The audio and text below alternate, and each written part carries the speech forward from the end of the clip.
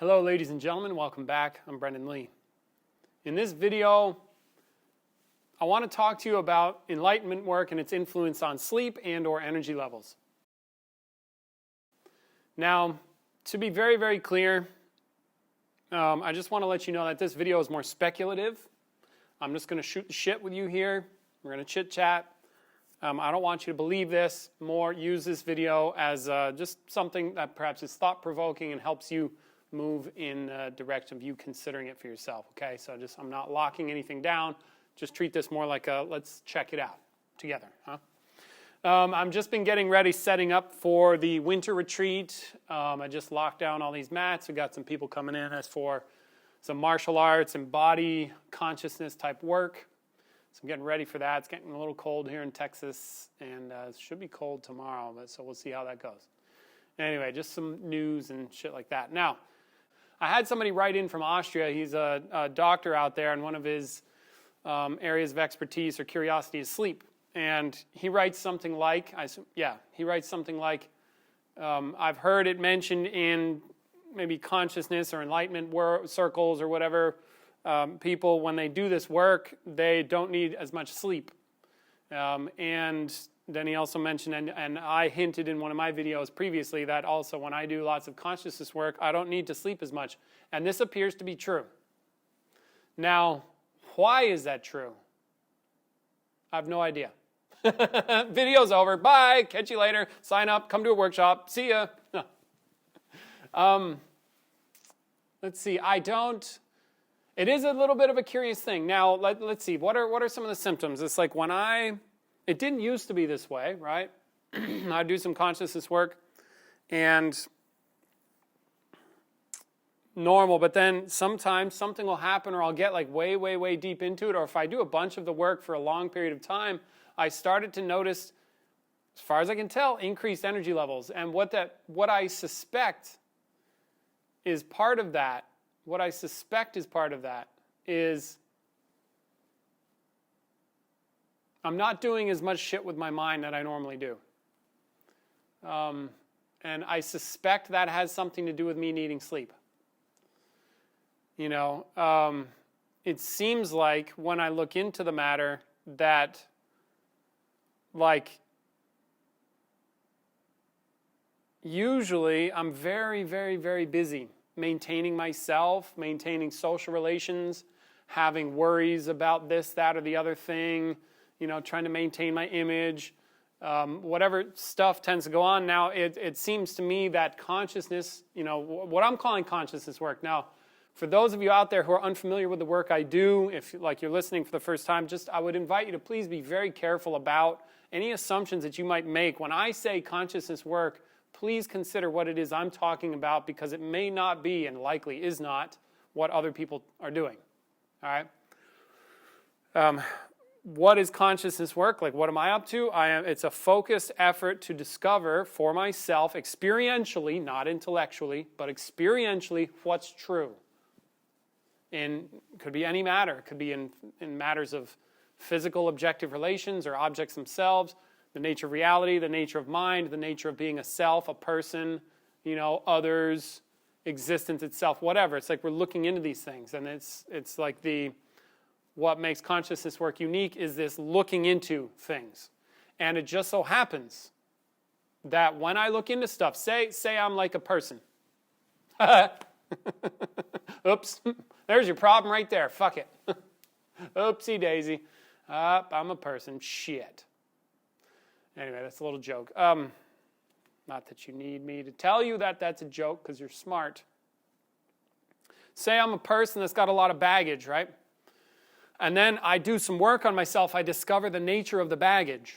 And the nature of the baggage is, it's not something that's done to me. It's actually something I'm doing. If I really discover that for real, I go, and I free myself from it. It's as if, perhaps, I put down the bag, and now that a lot of energy tends to come from that. A lot of freedom, a lot of like relief. You see, relief from what though? You see, because it's like the objects aren't doing. They're just doing their own thing, right? What am I actually relieved from? And it's like that does seem fascinating in and of itself. Like when the times where I have made some breakthroughs and freed myself of something like my own self. You see, like myself, my person. You see, you got to be really careful when you say person, because what are we talking about? We don't know. That's another question. Shit, it's just full of questions, right?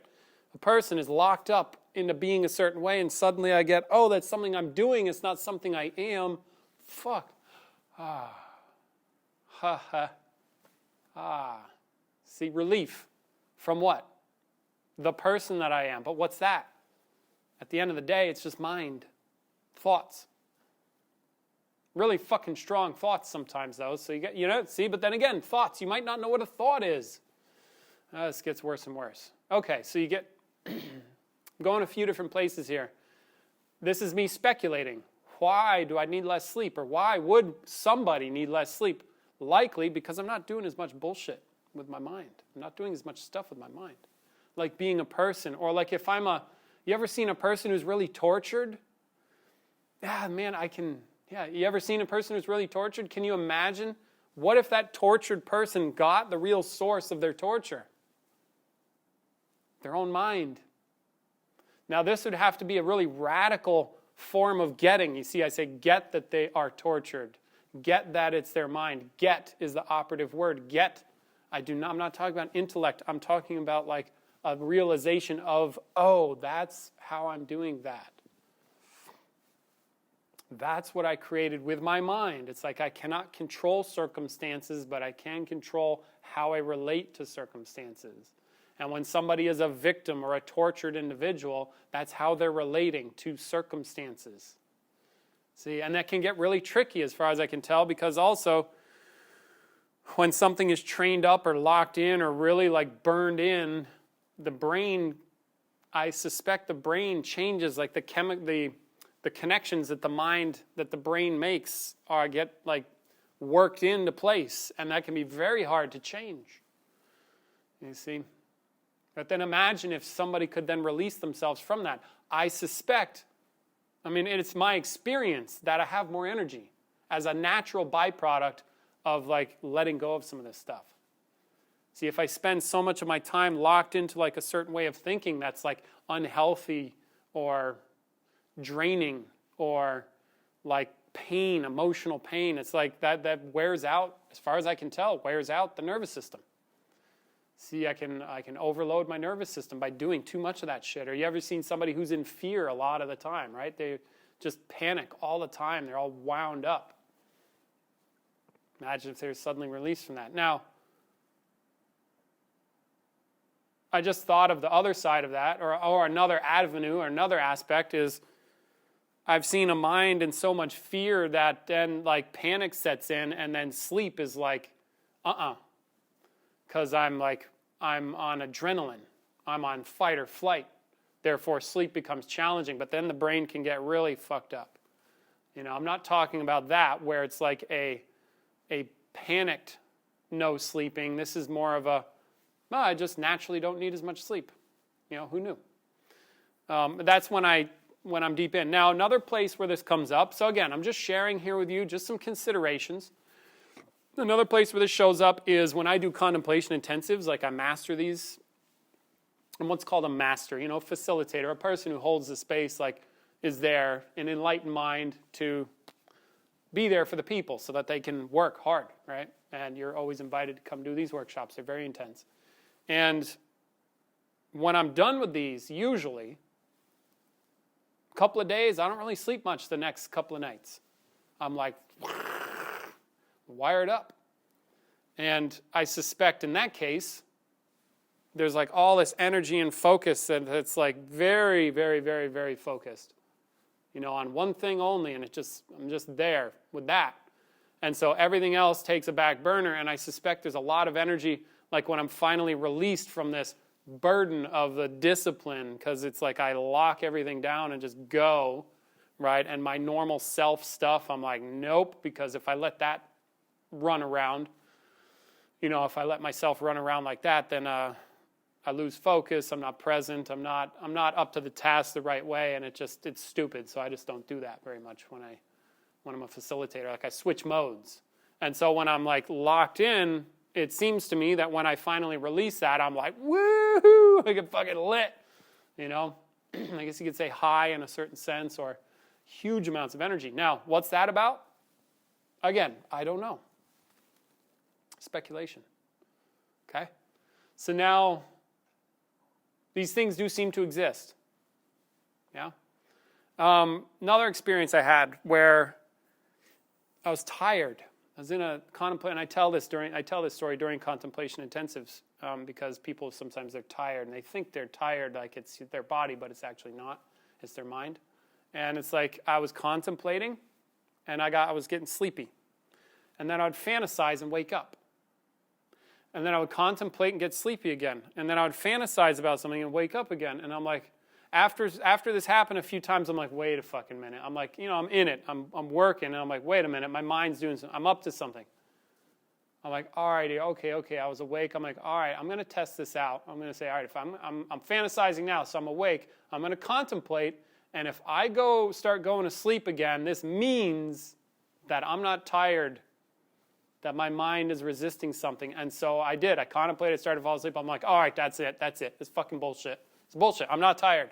This is bullshit. I'm doing something else. I am fighting, resisting being present, resisting questioning, resisting wondering about now.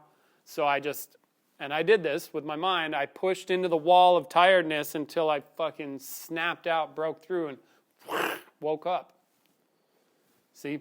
So again, the reason I brought that story up, other than to tell a fun story, is to have you look at that also. There's something with being tired. It's not what you think it is. It's your mind.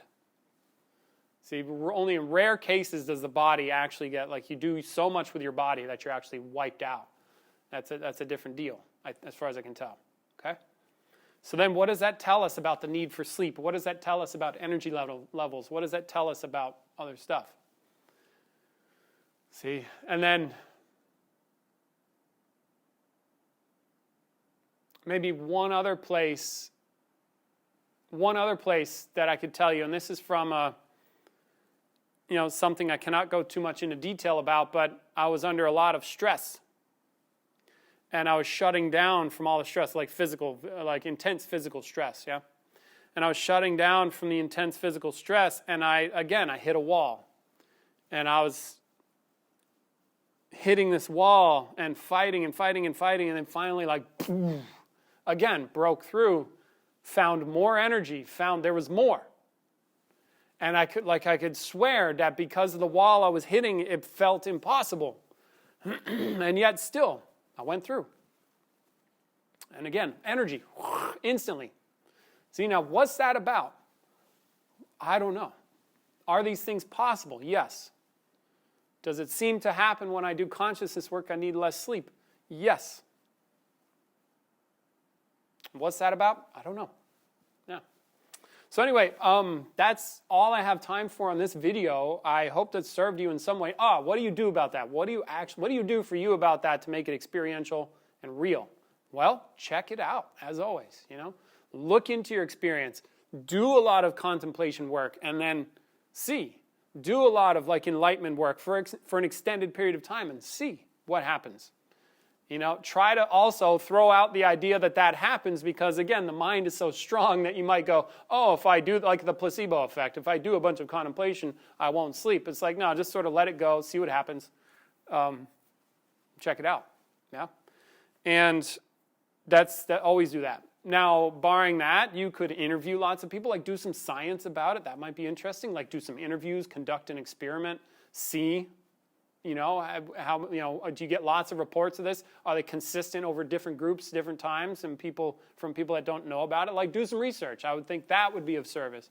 As always, the invitation strongly not to stay in the intellect about it. Yes, use the intellect, but then get some experiential data or experience it yourself. That is more fruitful than just leaving it in an intellectual space. All right? So thanks for writing in. You're always, that's it. Lucas, I appreciate you writing. Check out the forum. Everybody else, you're invited to ask me questions there.